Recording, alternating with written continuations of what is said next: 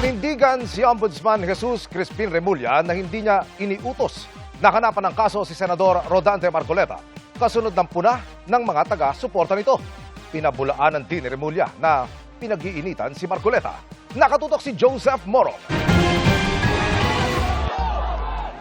Sa harap ng kilos protesta ng grupong Iglesia ni Cristo o INC bilang pagsuporta kay Senador Rodante Marcoleta na sabi ng Ombudsman ay kakasuhan ng plunder ngayong linggo. Pagdidiin Ombudsman Jesus Crispin Remulla, hindi nila pinag-initan si Marcoleta. Today, there's a big rally or commotion in EDSA. And of course, our friends from the INC are the ones who instigated it. Due to a feeling that they have that Rodante Marcoleta was being singled out among other people. And we all know that that is not true. Hindi raw niya iniutos na hanapan ng kaso ang senador. Matatanda ang lumutang ang pagtanggap ni Marcoleta ng 75 million pesos sa investigasyon ng Commission on Elections o COMELEC na hindi niya idineklara ang donasyon o regalo sa kanya noong kongresista siya at bago siya tumakbo bilang senador sa eleksyon 2025. I never instructed anybody to conduct that investigation. It was brought up by I don't know what team, and the work was good, so I said, we will file the case. Tama naman, di ba? When the evidence presents itself in front of you, you might as well bring it to court.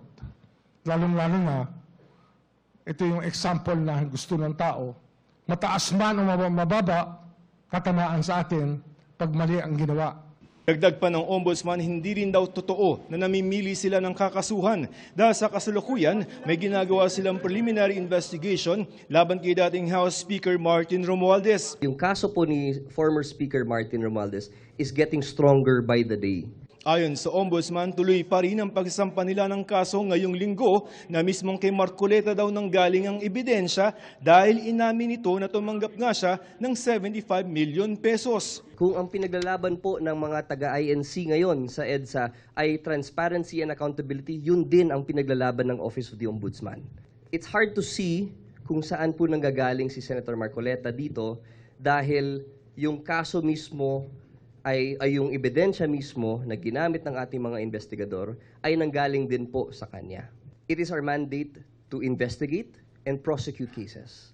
And once the evidence is there, and in this case, the evidence was amply supplied by the respondents themselves, our hands are quite tied here. Muling inulit ng Ombudsman ang paliwanag kung bakit plunder ang ikakaso nila laban kay Senador Rodante Marcoleta. Gayong sabi ng mga taga-suporta ng senador, hindi naman pera ng gobyerno ang 75 million pesos na tinanggap nito. Ayon kay Assistant Ombudsman Miko Clavano, hindi lamang pera ng gobyerno ang pwedeng sangkot sa kaso ng plunder base na rin sa nakasaad sa Republic Act 7080 o batas kontra sa plunder. Alangan naman po yung gift ay galing din sa public funds. So, ang definition po ng plunder also includes private funds.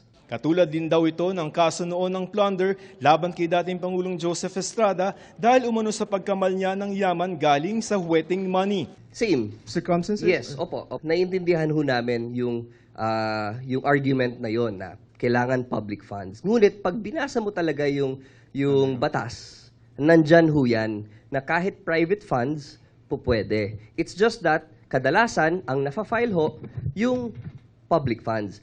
Sa rekomendasyon ng fact-finding panel na kasuhan si Marcoleta, sinabi nito na sa laki daw ng 75 million pesos, hindi na raw ito may tuturing na ordinaryong kagandahang loob, kundi korupsyon na para makakuha ng pabor mula kay Marcoleta. Hindi rin daw dapat ito itinuturing na normal para sa mga pampublikong opisyal porket walang sinabing hinihinging kapalit. Umabot ho ng 75 million pesos ang kabuuan ng mga supposedly donations sa kanya. Bawal tumanggap ng ganun kalaking kahalaga ng pera. Joseph Morong, Nakatutok 24 Oras.